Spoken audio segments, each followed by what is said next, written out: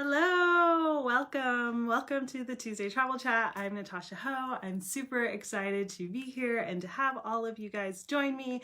So I was trying to figure out where to start our journey, what should be the first place that we visit.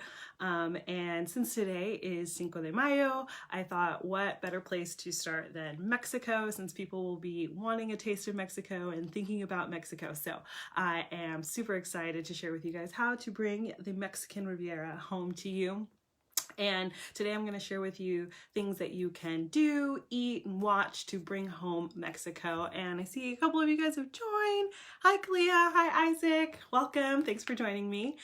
So for me, the most important part of vacation, the thing that I love is food. So we're going to start with the food to really get us in the mood for our vacation. And with Mexico, there are so many delicious things to eat.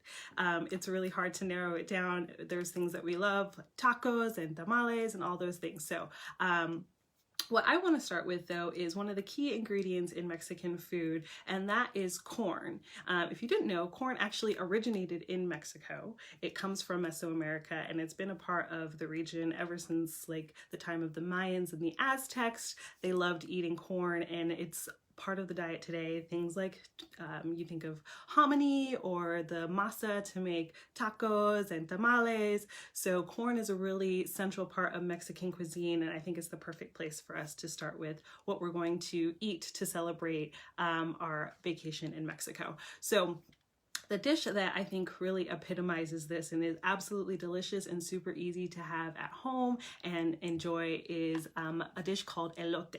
And it's also called Mexican street corn, and you may have seen it before, and in Mexico you'll find it all over the country. It's really easy to make. Basically, it's a corn on the cob that is smothered in mayonnaise and grated cheese, lime, and chili powder. So I made a little bit here to share with you guys. It's super delicious and really easy. And like I said, basically all you do is you grill your corn and then you smother it in all these delicious ingredients, and it's absolutely delicious. Every time we make it here at home, it disappears so fast. So it's a really great way to bring the experience of Mexico home, and you can eat it and absolutely be transported to the streets of Mexico. It's absolutely delicious. And if you really want to up-level your elote, you can use whatever chili powder that you have at home, but one of my favorites is Tajín, and this one is it's a tangy blend of not just the chili powder, but it has lime in it as well and salt, and it's super good. You can sprinkle it on your elote. If you really want a very Mexican experience, you can sprinkle it on your fresh fruit, so like watermelon or jicama, pineapple. It's really delicious. It's kind of interesting because you don't necessarily think of putting like salty and spicy with sweet fruit, but it's a very authentic way to experience Mexican cuisine. And if you were to go to a market, we just went to Tijuana last year, and we were walking through the market on a food tour, and there are stalls everywhere with people selling the fruit cups, and they're filled with chopped up fruit with like the jicama and the pineapple and all these things, and then they sprinkle the spicy Tajín chili powder on top. So it is the perfect way to bring a taste of Mexico home for you. And then the other thing that, of course, we have food, we also need drinks. And if you're having a drink in Mexico, you have to have some tequila. Tequila is also something that originated in Mexico, and in order for it to be called tequila, a little bit of a history lesson. I never understood the difference between tequila and mezcal, so I want to share with you, explain what's the difference. So tequila is, it's made from the agave plant, but only can be made from the blue agave plant, and the mezcal can be made from multiple kinds of agave plants. And then the tequila can only come from one specific region around the city of Tequila in Mexico. So that's what makes it tequila. And I have a tequila here. This was a gift to my husband from a client of his. She is originally from Mexico, and she brought back this tequila. So thank you, Leanna, for this tequila. I haven't actually had a chance to try it yet, but I have a drink today, so I will be trying it. And tequila, in case you didn't know, you were supposed to sip a tequila. If you really want to take yourself to Mexico, sip your tequila, don't take shots. 21-year-old me did not appreciate tequila in the way you're supposed to. I definitely was taking a lot of shots and not sipping my tequila, but tequila is supposed to be enjoyed by taking a nice sip of it. And most people, when they think of tequila drinks, they'll have a margarita. Margaritas are the fiesta drink, but the drink that I actually think best embodies Mexico's quintessential Mexican drink is not the margarita. It is the drink called a paloma. And paloma, it means dove in Spanish, but it's a super popular drink in Mexico, and it's really easy, again, to make, to bring home for you. It is a combination of tequila and grapefruit soda or juice and lime. So it's really, really easy to make. You just mix those things together, and then you have this absolutely refreshing drink. I made myself one here, so I'm going to be enjoying it. I salted the rim to really make me feel like I'm on vacation. But yeah, a paloma is a really great way to enjoy the flavor of a tequila. It's very easy and simple to make, and like I said, it's popular and it really transports you. I'm like looking at this drink and it's making me feel like I'm definitely on a vacation right now. So if you want the exact instructions for the recipes that I shared for elote and for the paloma, you can check out the link that's in the description box, and that will that blog post has all of the exact instructions that you would need for making the recipes that I shared. And you can also, of course, always have a cerveza, a beer, as a way to take you to Mexico. There's tons of popular brands around the world. There is Modelo, there's Tecate, of course there's Corona. I don't know if you're going to be in the mood to have a Corona right now, but there's lots of great beers from Mexico. And then also non-alcoholic drinks. You can have a Mexican Coca-Cola, the amazing, delicious bottled version of Coca-Cola. There's also agua frescas and horchata, and you can, again, I shared recipes for those two in the blog post, or you can find them in a lot of your grocery stores. The same as like when I mentioned with the tajin, I bought this at my local Kroger, and if you look in the aisle with a lot of the Hispanic foods, you'll find a lot of these items. For the paloma, there's a specific brand, Jarritos, which is a Mexican brand. They make grapefruit soda. You can also, they sell that at my local grocery store. So you can always visit a local grocery store to find a lot of these ingredients. It's not hard to find them. Or you can also check out, if you have a grocery store that caters to like a Latino international market, you can check out there and you'll definitely be able to find all of these ingredients there at that kind of grocery store. But they're super easy, and you can also substitute based on what you have. Whatever kind of tequila you have will work. It doesn't have to be a special brand, and if you just have chili powder on hand, or if you don't have grapefruit soda, you wanted to throw in grapefruit juice and club soda, that works too. So you can make it adaptable to whatever you have on hand. So the next thing I want to share with you is something that you can do to bring home Mexico. And that is this really fun project. If you think back to elementary school, you remember when you made snowflakes in elementary school and you cut out the tissue paper? Well, I'm glad you remember, because those skills are going to come in handy. The other thing that I wanted to share with you is how to make a papel picado. If you've seen these, there's also some hanging up behind me. Papel picado is actually a folk art that originated again in Mexico, and all the way back to the Aztecs. This is a way that they used to celebrate some of the deities that they worshipped. They would chisel in images into the bark of trees and different plants. And so it's morphed now into more like paper or plastic that's used. And you'll see lots of different images. If you saw the movie Coco, the whole original scene where they showed the history of the family, they did that in papel picado. So wherever you go in Mexico for a celebration, you'll always see these beautiful papel picados. It's tissue paper with these intricate designs that are cut into it either with a chisel or with scissors, and you can make these at home. It's super easy. I literally just made this like 5 minutes before getting on the video with you guys. It's really, really easy, and it actually came out pretty good. I was really impressed with how well it came out. I wasn't sure how well I would do, but if you have little ones, this is a great project to do with them. As long as they're safe with the scissors, it's a really good project to do. and it really brings home the art in a way, the culture of Mexico in a really fun way. So it's a fun project. All you need is tissue paper, scissors, and a string if you want to be able to hang them up in a banner like they're hung up behind me, and then some tape to be able to put them up. So not a lot that you need. And if you're like me, I have tons of tissue paper from past presents.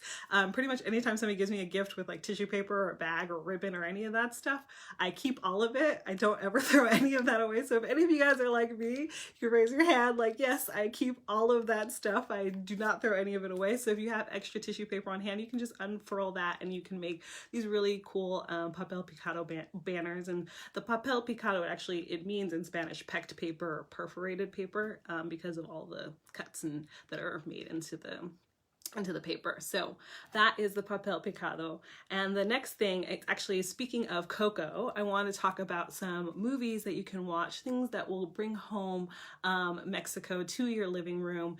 And there are tons of great movies and TV shows that you can watch that will really transport you. I love using movies as a way to take me to another world, because you get to see all of the beauty of the cities and the culture, the different dynamics between the people. So of course, Coco is a really awesome movie that you can use to learn more about Mexico and really feel like you're in Mexico.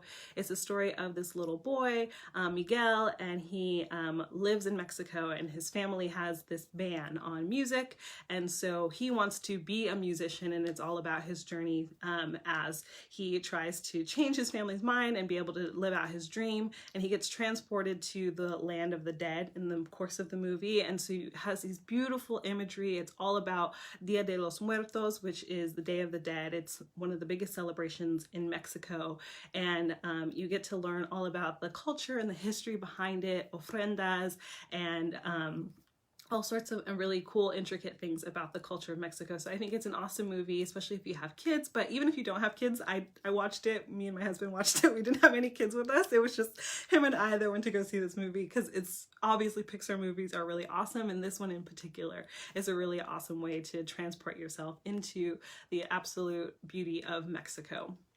And another one that I recently watched is Roma, which is on Netflix, and Coco is available on Disney+. I specifically wanted to pick movies that are available on streaming sites so you can easily find these, and they probably are on some of the websites that you already have access to. So Roma is another one, which is a really great movie I just recently watched on Netflix, and it's Oscar award winning. It's super acclaimed, and it's about this family in the 1970s. It follows their domestic worker. Her name is Cleo, and it's about all the social dynamics. It's about the family life. It really gives you a window into the day-to-day life, and also has like the political atmosphere of what was going on in Mexico, but it definitely makes you feel like you're in the city and that you're understanding what was happening and what was going on. And there's some, like, you know, it's sad and there's some like tough parts to it, but I thought it was a really, really amazing film, and definitely made me feel like it was in Mexico. It's also in Spanish, so hearing the language and seeing that, I think it really helps you to feel like you're in another place.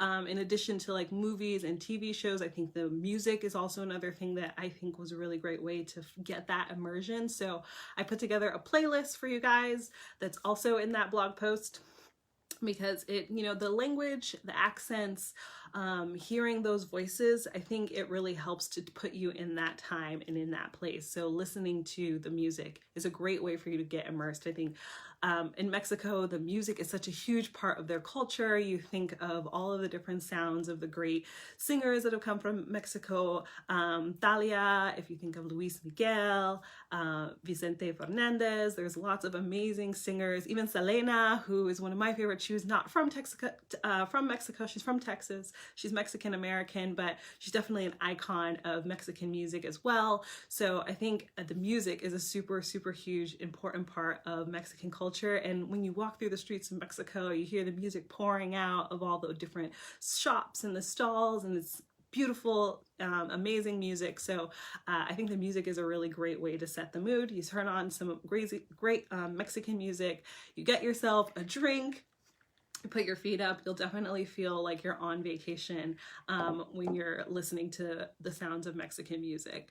And the last thing that I want to share with you guys is some ways that you can engage with the actual culture in Mexico, which are some of the museums that are open and available virtually now.